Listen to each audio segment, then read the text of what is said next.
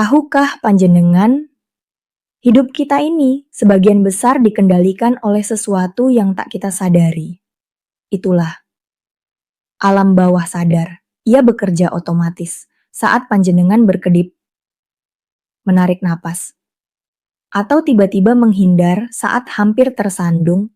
Itu semua bukan perintah sadar, tapi refleks dari bawah sadar.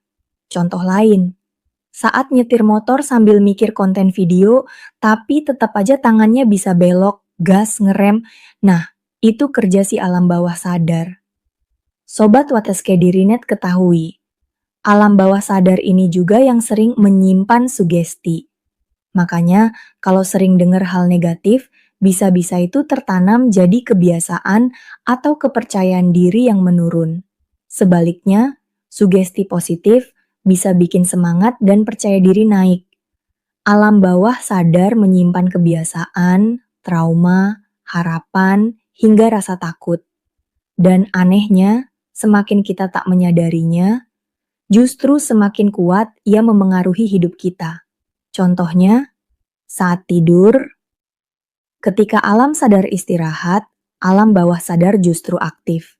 Disinilah batas antara sadar dan bawah sadar yang disebut ambang sadar menipis dan terbukalah gerbang mimpi.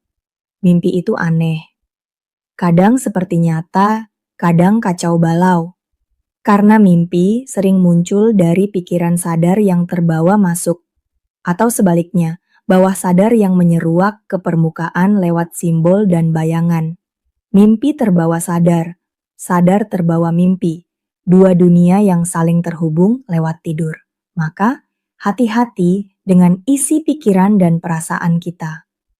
Karena apa yang panjenengan pikirkan sebelum tidur bisa jadi bahan mentah yang diolah oleh alam bawah sadar dan perlahan membentuk sikap bahkan masa depan.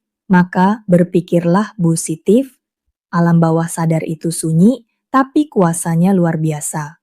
Ia bukan musuh tapi sahabat yang perlu kita kenali. Alam bawah sadar adalah pengendali kita. Saat kita tidak sadar, ia mengambil alih saat tubuh lelah, pikiran kosong, atau saat kita hanya berjalan dengan kebiasaan. Sobat Wateske Dirinet ketahui, alam bawah sadar adalah diri kita, di luar kendali kita. Ia menyimpan program lama, suara masa kecil, luka lama, bahkan bisikan yang tidak kita sadari.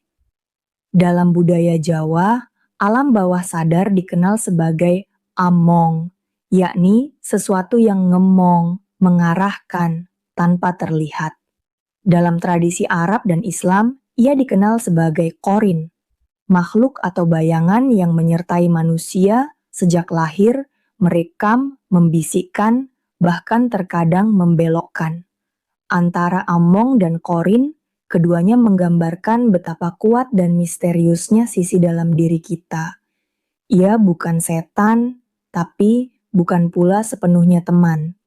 Ia adalah cermin dari apa yang kita tanam, kita pikirkan, dan kita percayai. Maka, mengenal alam bawah sadar adalah mengenali diri sejati, bukan yang kita tampakkan di luar, tapi yang berbisik dalam hati saat semua diam. Dua dunia yang saling terhubung lewat tidur.